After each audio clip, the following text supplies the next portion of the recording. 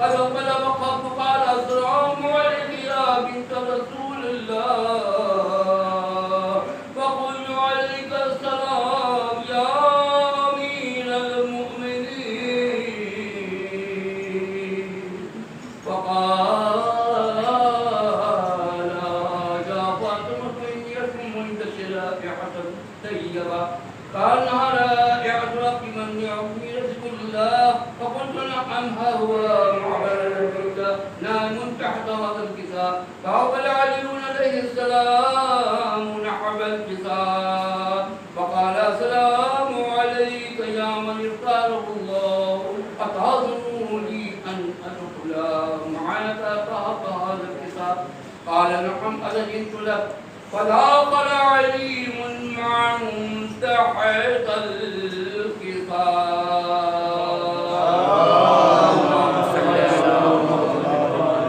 قالت فاطمة سلام الله عليها ثم أقبلت نحو الكساء فقلت السلام عليك يا أبتاه السلام عليك يا رسول الله أتأذن لي أن أدخل معكم تحت هذا الكساء قال نعم أذنت لك فدخلت معهم تحت الكساء.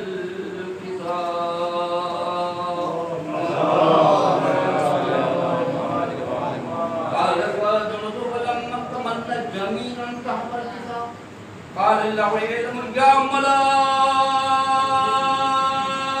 ملائكتي وسكان السماوات وعزتي وجلالي إني ما خلقت سماء مبنية ولا أرضا مبنية ولا قمرا منير ولا شمسا مضيئة ولا فلكا يدور ولا بحرا يجري ولا فلكا يسري إلا في محبة هؤلاء الخمسة الذين هم تحت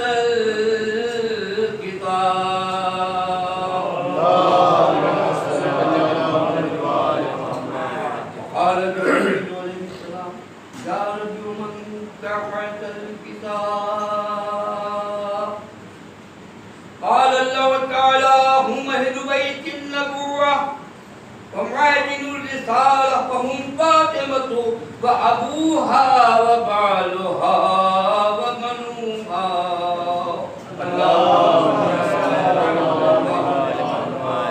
وقال جبريل عليه السلام يا ربي أتأذن لي أن أخرج إلى الأرض لأكون معهم سادسا فقال الله تعالى نعم أذنت لك وهبط الأمين جبريل وأقبل نحو الكساء فقال السلام عليك يا رسول الله السلام عليك يا من اختاره الله إن الله عز وجل يخلقك السلام ويخلقك من تحية الإكرام ويقول لك وبعزتي وجلالي إني ما خلقت سماء مبنية ولا أرضا مبنية ولا شمسا منيرا ولا شمس منية ولا فلكا يدور ولا بحرا يجري ولا فلكا يسري إلا لأجلكم ومحبتكم وقد أذن لي أن أدخل معكم تحت هذا الكتاب فهل تأذن لي أنت يا رسول الله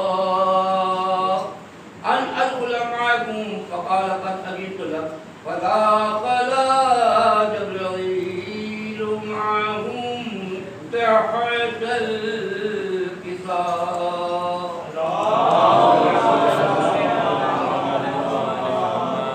وقال اللهم إن الله عز وجل قد أوحى إليكم يقول بسم الله الرحمن الرحيم إنما يريد الله ليذهب عنكم الرجس أهل البيت ويطهركم تطهيرا.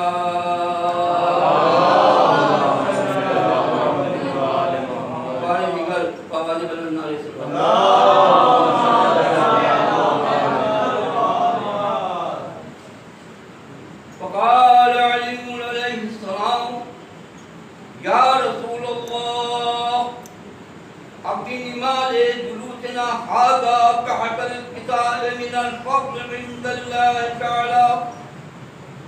فقال النبي والذي بعثني بالحق نبيا واستفاني برسالة نجم ما ذكر خبرنا هذا في محفل من محافل أهل الأرض. سبحان الله. فيه جمع من شيعتنا موهبنا إلا ونزلت عليهم الرحمة فحقت بهم الملائكة واستقرت لهم إلى أن يتفرقوا.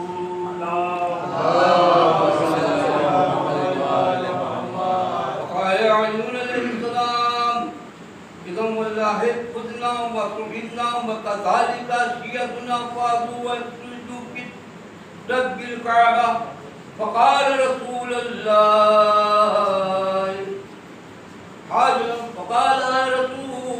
الله والذي بعثني بالحق نبيا واصطفاني برسالة نبيا من ذكر خبرنا هذا في محفل من محافل على الأرض وفيه جمع من شيعتنا وفيهم مهموم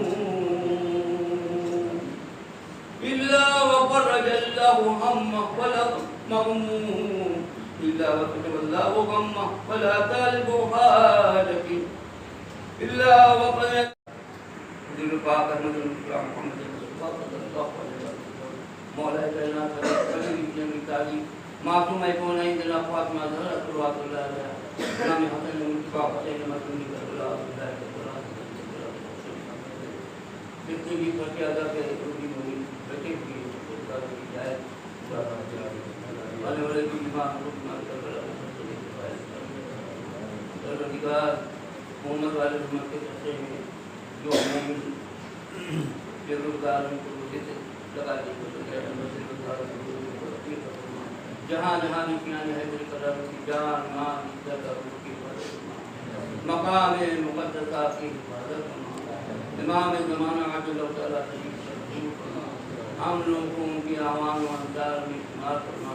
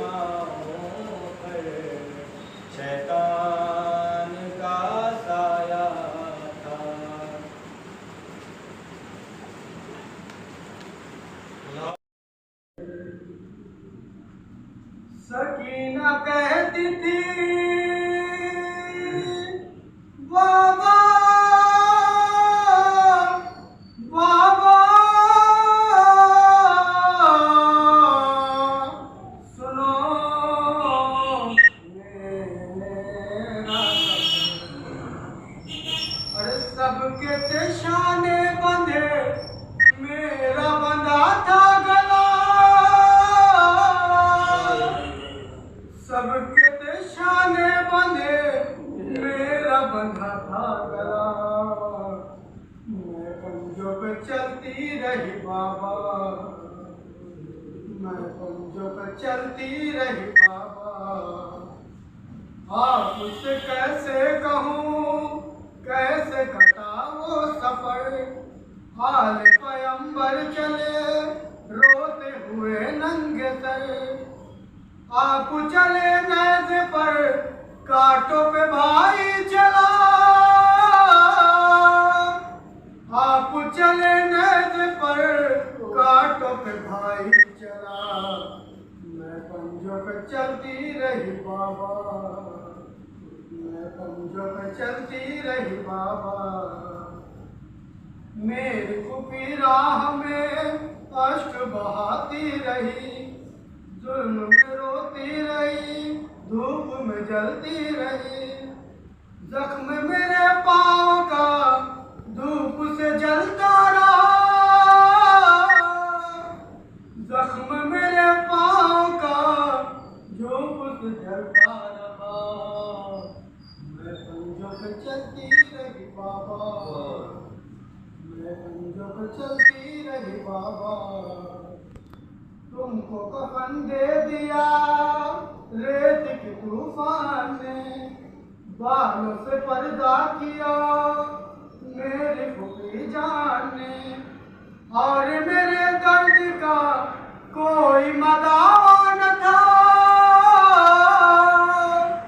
اور میرے درد کا کوئی مداوا نہ تھا، میں پنجوں پہ چلتی رہی بابا، میں پنجوں پہ چلتی رہی بابا، ایک رسن میں بندھے چھوٹے بڑوں کے گلے، لاشوں پہ روتے ہوئے کرب بلا سے چلے، حال میرا دیکھ کے رونے لگی کربلا، حال میرا دیکھ کے رونے لگی کربلا، میں پنجوں پہ چلتی رہی بابا، میں پنجوں پہ چلتی رہی بابا۔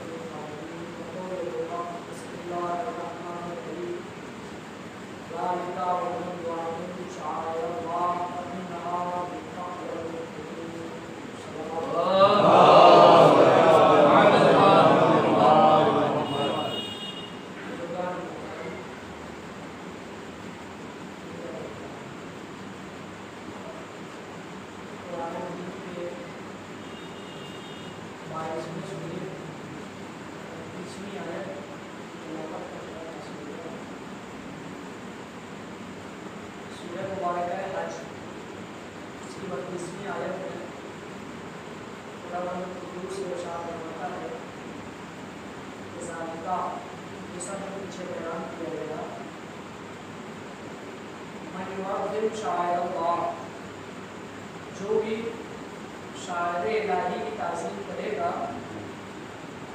فإنہا من تقوی القلوب، تو یہ اس کے دل کے تقوی کا سبب ہے۔ ابھی گزشتہ دنوں میں تعریف گزری ہے آپ سے اس کی مناسبت سے شاعر اللہ، شاعر خدا کہتے ہیں کسی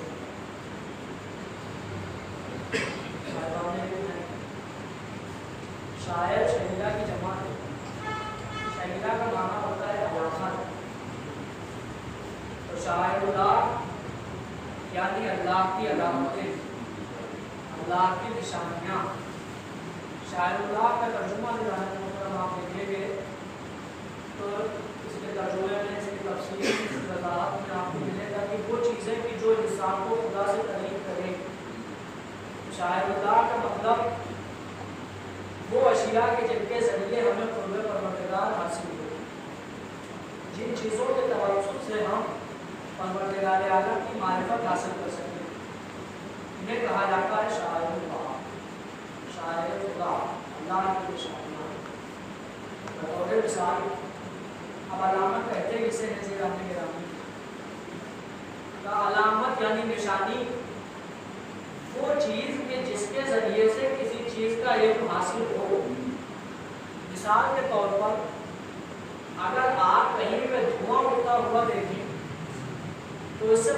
ذہن میں یہ بات آتی ہے کہ وہاں پہ آگ ہے،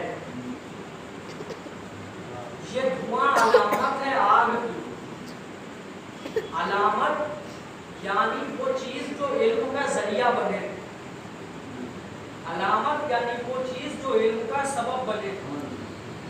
ہم نے آگ دیکھا، ہم نے دھواں دیکھا، ہماری سمجھ میں فوراً یہ بات آ گئی کہ وہاں پہ آگ کا وجود پایا جاتا ہے۔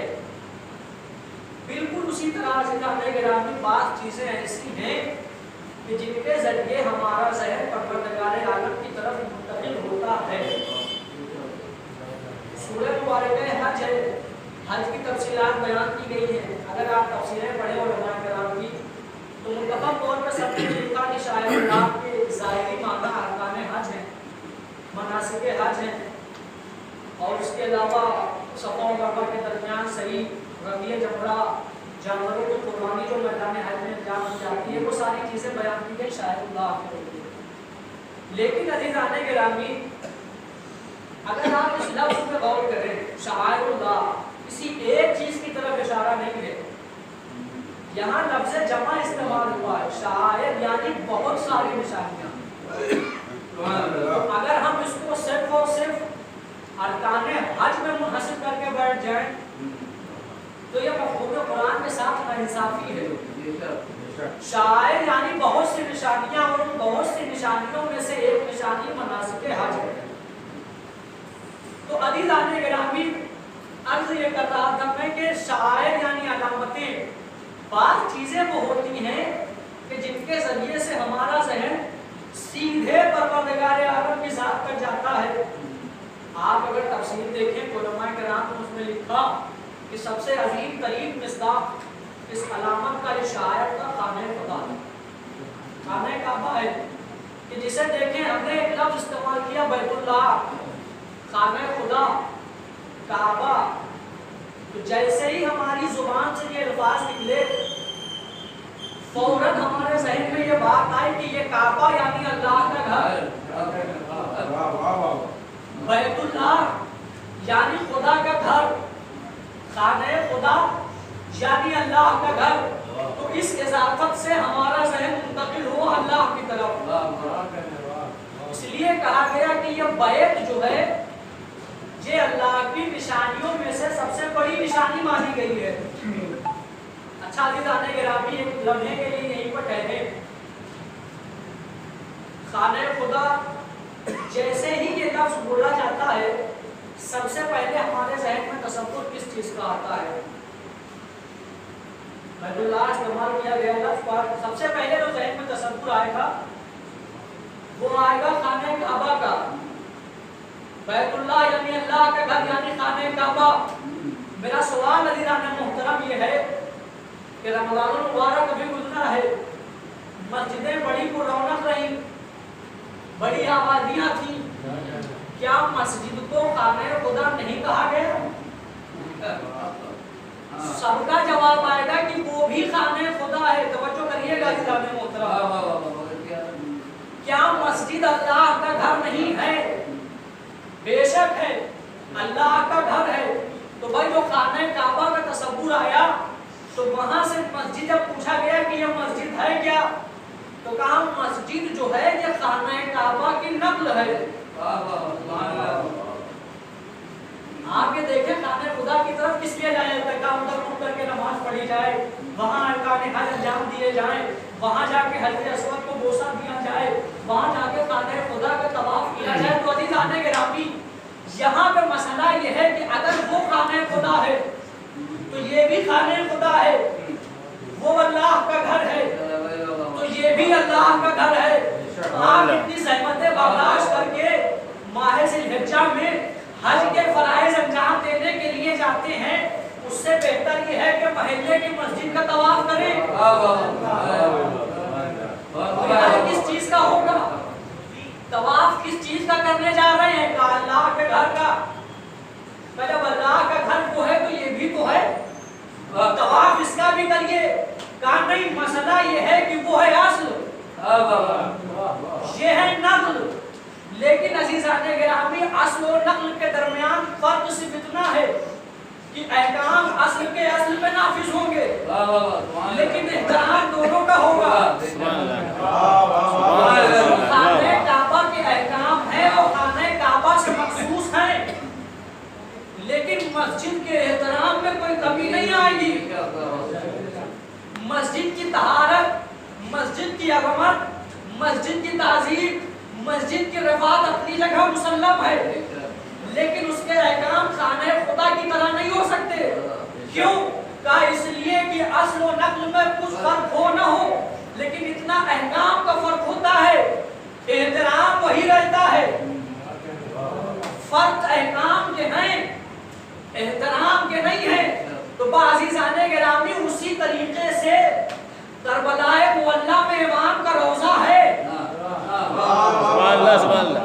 مدینہ منورہ میں قبر رسول ہے، نجف اشرف میں مولا کائنات کی قبر مطہر ہے. اب اس اصل کی نقل یہاں بنا کے اس کا احترام کرتے ہیں. صلوات پڑھے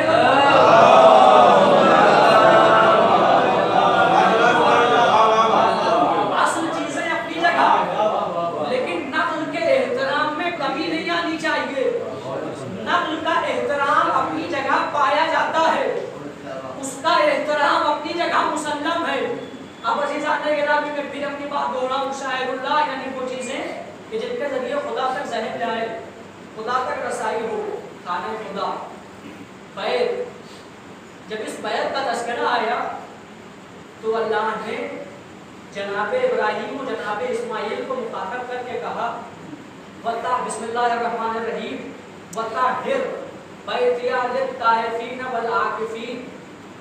میرے گھر کو توجہ رکھیے گا عزیزان گرامی، میرے گھر کو پاک رکھو. کس کے لیے؟ ان لوگوں کے لیے کہ جو یہاں طواف کرنے آتے ہیں یا اعتکاف کرنے آتے ہیں. خلاصہ کلام یہ ہے ان لوگوں کے لیے کہ جو یہاں عبادت کے لیے آتے ہیں.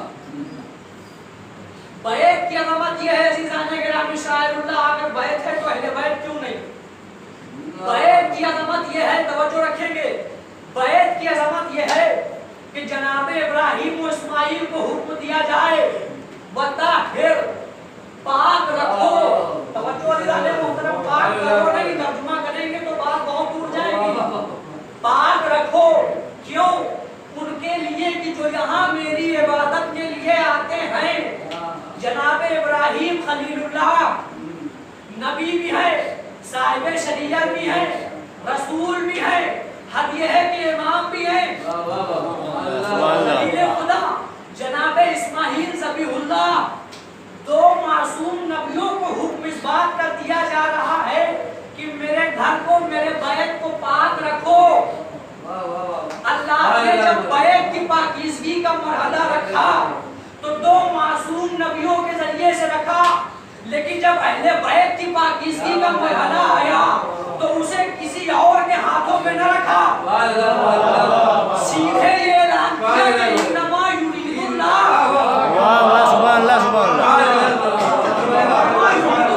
بے شک اللہ کا ارادہ یہ ہے. تو عزیزان محترم کچھ فرق واضح ہوا آپ کے سامنے. کہا فرق یہ ہے کہ وہ دونوں نبی معصوم ہیں، نبی ہیں، عہدہ نبوت پر فائز ہیں، اللہ کے بھیجے ہوئے ہیں لیکن ان کی قدرت اتنی نہیں ہے کہ جتنی اللہ کی ہے. اسی کا نتیجہ تھا کہ جب تک نبی رہے، حفاظت کرنے والے رہے، کسی میں جرات نہ ہوئی کہ خانہ کعبہ میں بت رکھتا. جب نبی چلے گئے، سارے نبی عزیزان گرامی معصوم ہیں، خدا کے بھیجے ہوئے ہیں، عہدہ نبوت پر فائز ہیں، معصوم ہیں لیکن ان کا اختیار اتنا نہیں ہے کہ جتنا اللہ کا اختیار ہے. اسی لیے ہم نے دیکھا کہ جو نبیوں کو پاک رکھنے کا حکم دیا تھا تو ایک لمحہ ایسا آیا کہ ساری ذمہ داریوں کے باوجود خانہ کعبہ میں بت آ گئے لیکن جس کی طہارت کی ذمہ داری اللہ نے اپنے ہاتھ میں لی تھی.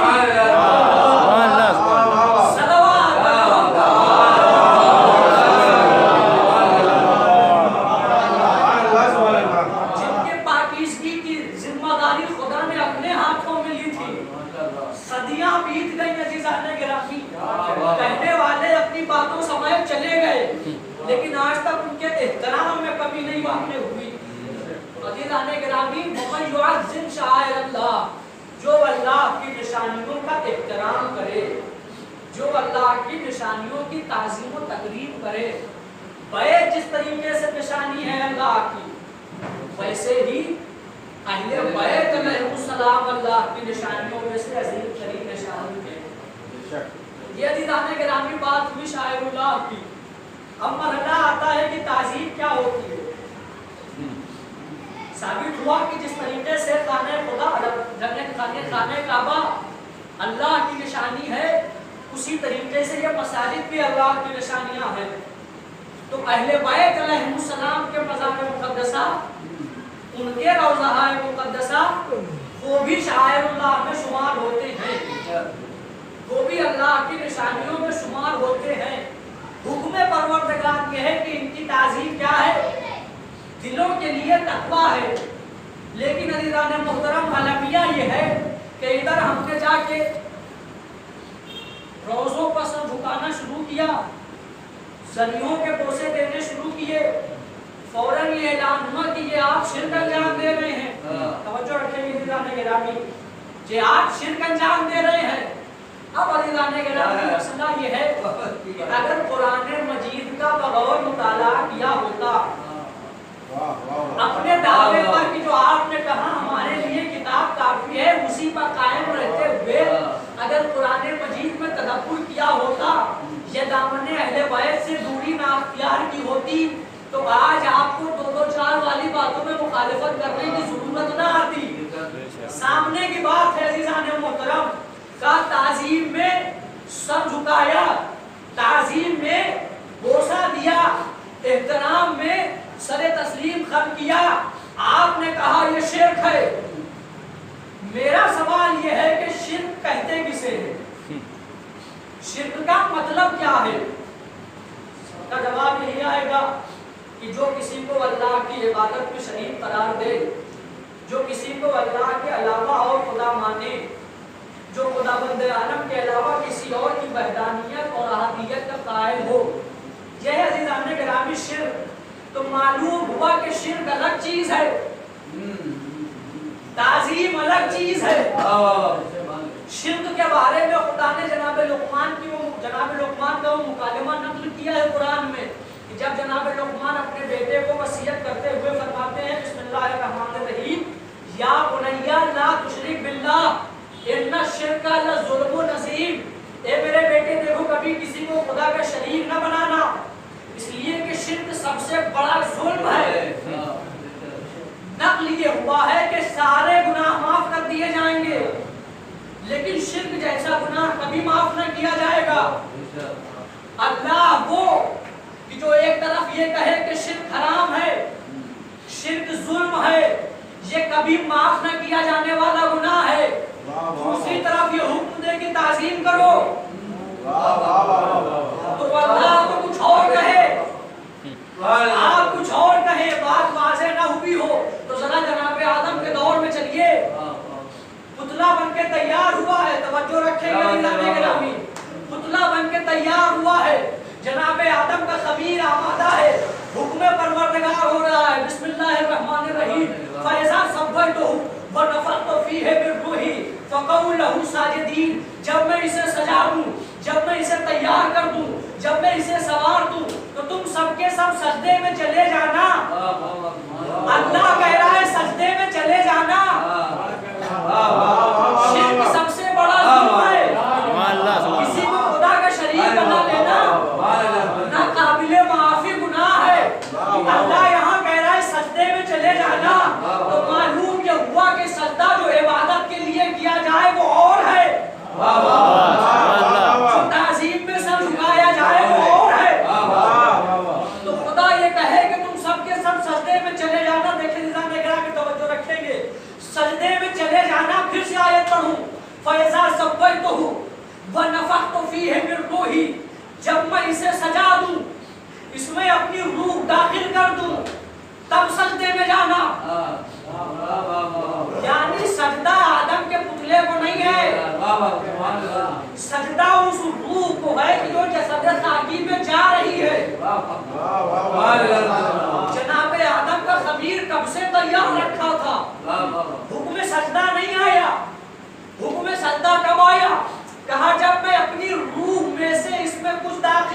روح یعنی سجدہ جو ہے وہ روح کو ہے. اب عزیزان کرام قرآن سے پوچھئے کہ روح ہے کیا؟ ارشاد ہوگا کہ بسم اللہ الرحمن الرحیم قل الروح یسألونک عن الروح قل الروح من امر ربی. اے میرے حبیب یہ تم سے پوچھتے ہیں کہ روح کیا ہے تو تم ان سے کہہ دو کہ روح میرے اللہ کا امر ہے. یعنی عزیزان محترم سجدہ نہ آدم کے پتلے کو ہے نہ سجدہ اس روح کو ہے بلکہ سجدہ جو ہے وہ امر پروردگار کو ہے. سجدہ جو ہے وہ امر پروردگار کو ہے. میں پھر آیت پڑھوں بسم اللہ الرحمن الرحیم اطیعوا اللہ واطیعوا الرسول وَأُولِي الْأَمْرِ مِنْكُمْ. اے صاحبان ایمان دیکھو اللہ کی اطاعت کرو اس کے رسول کی اطاعت کرو اور ان لوگوں کی اطاعت کرو کہ جو صاحبان امر ہیں. پھر سے وہیں واپس چلیے سجدہ کس کو حکم ہو رہا ہے؟ امر پروردگار کو. اللہ امر کو سجدے کا حکم دے رہا ہے. یہاں پروردگار اپنے امر کو سجدہ کرنے کا حکم دے رہا ہے. اب امر تو بڑی دور کی بات ہے ہم اولی الامر کی بارگاہ میں سر جھکا رہے ہیں. صلوات پر محمد.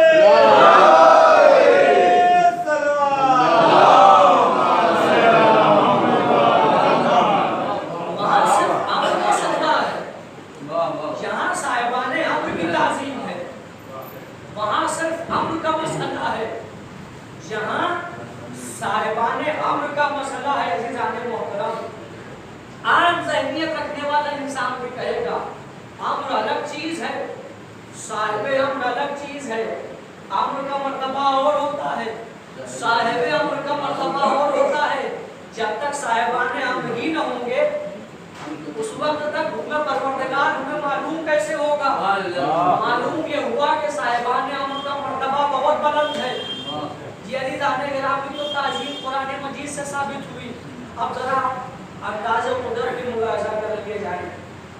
زیادہ دیر آپ کا نہیں لیں گے ہم زیادہ ٹائم آپ کا نہیں لیں گے چونکہ وقت کافی ہو چکا ہے. بس اسی آیت کے ذہن میں دو چار باتیں ہیں نظام محترم. انداز قدرت کیا ہے نظام گرامی؟ وَمَنْ يُعَظِّمْ تعظیم کرو شاعر خدا کی اللہ کی نشانیوں کی اللہ کی علامتوں کی تعظیم کرو. قرآن مجید سے ان کی باتیں واضح ہوئی. انداز قدرت ملاحظہ کریں. 1,23,999 پیغمبروں میں سب کا تذکرہ قرآن میں نہیں ہے بلکہ 1,24,000 میں سیدھے کہوں سب کا تذکرہ قرآن میں نہیں ہے.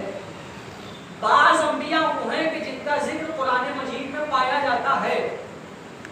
اگر آپ عزیزان محترم قرآن مجید کا مطالعہ کریں گے تو آپ کو یہ بظاہر بہت اچھی طرح معلوم ہوگا کہ اللہ نے اپنے جن نبیوں کو مخاطب کیا ہے براہ راست مخاطب کیا ہے. تعظیم کا انداز ملاحظہ کر لیں عزیزان محترم. جتنے نبیوں کا ذکر کیا ہے جتنے انبیاء کو مخاطب کیا ہے سب کو براہ راست نام لے کے پکارا ہے. کیا بطور مثال ایک دو آیتیں پڑھ دوں. بسم اللہ الرحمن الرحیم. یا آدم اسکن انت و زوجک الجنہ. اے آدم تم اور تمہاری زوجہ جاؤ جنت میں رہو. یا نوح اہبط بسلام. اے نوح سلامتی کے ساتھ جاؤ. یا نوح اہبط بسلام. اے نوح سلامتی کے ساتھ جاؤ. یا داؤد انا جعلناک خلیفۃ فی الارض. اے داؤد ہم نے تمہیں زمین پر لوگوں کے لیے خلیفہ معین کیا. یا ابراہیم قد صدقت رؤیاک. اے ابراہیم تم نے اپنے خواب کو سچ کر دکھایا. وما تلک بیمینک یا موسیٰ. اے موسیٰ یہ تمہارے ہاتھ میں کیا ہے؟ یہ آیتیں میں نے پڑھ لی عزیزان محترم. غور کر لیں کہ جتنے نبیوں کا تذکرہ کیا سب کا نام لیا لیکن جب اس رسول کا ذکر آیا جب اس رسول کا تذکرہ آیا یاسین والقرآن الحکیم انکا لمن المرسلین، اے سید و سردار قرآن حکیم کی قسم آپ صراط مستقیم پہ ہیں. تاہا ما انزلنا علیک القرآن لتشقا، ہم نے آپ کا قرآن اس لیے نہیں نازل کیا کہ آپ کسی مصیبت میں پڑ جائیں. یا ایھا المزمل قم اللیل الا قلیلا، اے میرے کملی اوڑھنے والے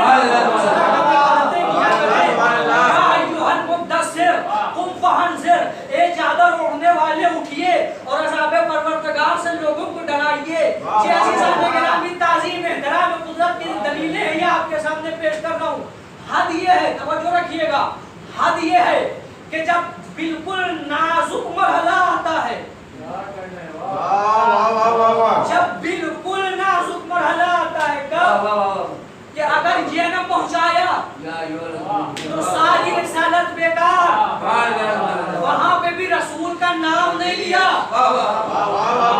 وہاں رسول کے عہدے سے خطاب کیا، یا ایھا الرسول، اے پہنچانے والے، یعنی جس کام کے لیے بھیجا تھا وہ نام لے کے بتایا. یہاں میرا پیغمبر کا نام نہ لیا. تو عزیزان محترم، اتنی آیتیں میں نے آپ کے سامنے پیش کی، ذرا ایک آیت میں تھوڑی سی بحث کرنا چاہتا ہوں. اللہ نے کہا یا ایھا المزمل قم اللیل الا قلیلا، اے کملی اوڑھنے والے، یا ایھا المدثر، اے چادر اوڑھنے والے. میرا سوال یہ ہے کہ اللہ نے لباس کی اضافت سے کیوں پہچانوایا؟ لباس ہے یہ کملی، یہ چادر لباس میں شامل ہوتا ہے. یہاں ذریعہ تعارف یہ لباس کیوں ہے؟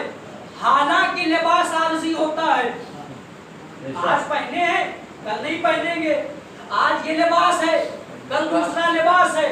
اس وقت ہمارے جسم پر یہ صدری ہے، مجلس کے بعد نہ رہے. تو عزیزان گرامی لباس عارضی ہوتا ہے، پھر بھی پہچان کیوں؟ اس لیے کہ احترام پیغمبر نگاہ قدرت میں اس قدر ہے کہ جو چیز وقتی ہی صحیح پیغمبر سے منسوب ہو جائے وہ نگاہ قدرت میں اعظم ہو جاتی ہے. میرا کہنا یہی ہے عزیزان محترم، وہ لباس جو ذرا سی دیر کے لیے جس میں پیغمبر آ گیا، اس کا احترام اتنا کہ اس کے ذریعے سے اللہ تعارف کرائے. تو خود جس مکے جس مدینے میں جس قبر مطہر میں جسد رسول پایا جاتا ہو، تو لباس اللہ اتنا محترم قرار دے کہ پہچان کا ذریعہ بنا دے. تو جس قبر مطہر میں بذات خود پیغمبر آرام فرما رہے ہیں، اس کی تعظیم کرنا، اس کا احترام کرنا شرک کہاں سے؟ صلوات پڑھے